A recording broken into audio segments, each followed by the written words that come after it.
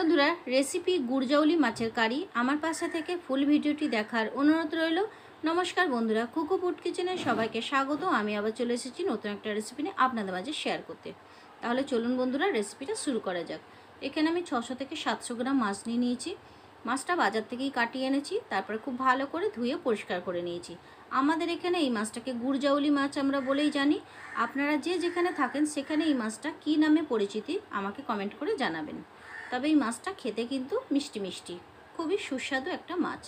নুন দিয়ে দিলাম, হলুদ দিয়ে দিলাম, খুব ভালো করে মাখিয়ে নেব। এটা মিষ্টি জলের মাছ বা খেতেও কিন্তু মাছটা একটু মিষ্টি মিষ্টি, খেতে খুবই সুস্বাদু একটা মাছ আর খুব নরম এই মাছটা।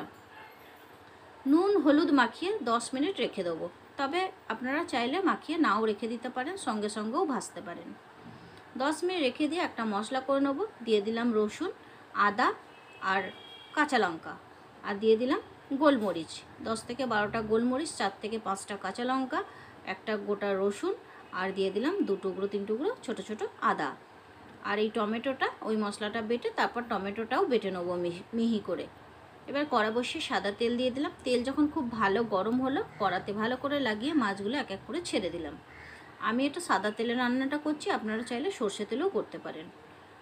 এবার এক পিঠ যখন মাছটা হয়ে গেল আর এক পিঠ উল্টে দিলাম।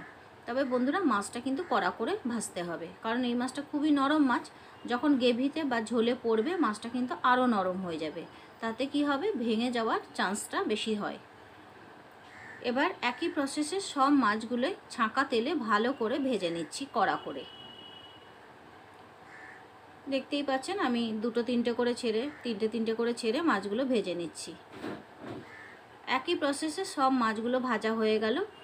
ওই তেলেই দিয়ে দেব কালো জিরে। দিয়ে দিলাম কালো জিরে, 4টে কাঁচা লঙ্কা চেরা। 10 সেকেন্ড মতো ফোড়নটা ভেজে নেব। তারপরে কুচিয়ে রাখা পেঁয়াজ দিয়ে দেবো। এখানে বড় বড় 4টে পেঁয়াজ নিয়েছি। যেহেতু এখানে মাছটা একটু বেশি আছে তাই গ্রেভিটাও বেশি হবে। তবে বন্ধুরা আপনারা আপনাদের মাছ অনুযায়ী কম বেশি করে নেবেন মশলাটা।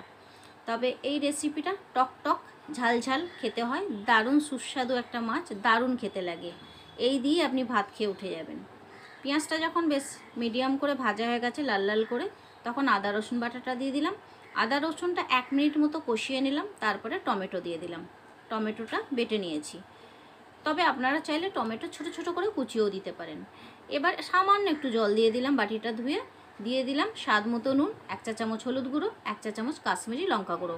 আমি এখানে ঝালের জন্য কাঁচা লঙ্কা ব্যবহার করেছি বা গোলমরিচ ব্যবহার করেছি। এবার যতক্ষণ না মশলা থেকে তেল ছাড়ছে ততক্ষণ কিন্তু মশলাটা কষিয়ে নিতে হবে।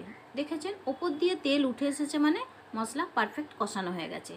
এবার আমি গ্রেভির জন্য প্রয়োজন মতো জল দিয়ে দেবো। আপনাদের যতটা প্রয়োজন সেই বুঝে আপনারা জল দিয়ে গ্রেভিটা করে নেবেন। এবার গ্রেভিটা ফোটা পর্যন্ত ওয়েট করব। এক্ষুনি কিন্তু মাছগুলো ছেড়ে দেওয়া যাবে না, কারণ খুবই নরম একটা মাছ। দেখেন গ্রেভিটা আস্তে আস্তে ফুটে উঠছে। এই যে ভালো করে যখন ফুটে গেল গ্রেভি, ভালো করে একটু নাড়িয়ে চাড়িয়ে এবার মাছগুলোকে আমি এক এক করে ছেড়ে দেবো। একসাথে হুড়মুড় করে ছাড়লে হবে না, এক এক করে মাছগুলো আস্তে আস্তে করে ছেড়ে দিতে হবে। এবার আস্তে করে আস্তে আস্তে হালকা হাতে খুন্তি দিয়ে বা হাতা দিয়ে নেড়ে দিতে হবে। মাছগুলো সব ভালো করে ডুবিয়ে দিলাম। এবার এক্ষুনি সঙ্গে সঙ্গে অল্প একটু ধনেপাতা কুচি দিয়ে দেবো। দিয়ে মাছটা বেশিক্ষণ না, 3 থেকে 4 মিনিট মতো ফুটিয়ে নেব। অল্প একটু ধনেপাতা দিয়ে দিলাম, 3 থেকে 4 মিনিট মতো ফুটিয়ে দিলাম। খুব হালকা হাতে নাড়তে হবে। আমি দেখেছেন আস্তে আস্তে করেই নাড়ছি। বন্ধুরা এই মাছটা যে খেয়েছেন তার মানে এই মাছের স্বাদ তো সে জানেন, আর যে খাননি এই মাছ বাজার থেকে এনে খাবেন।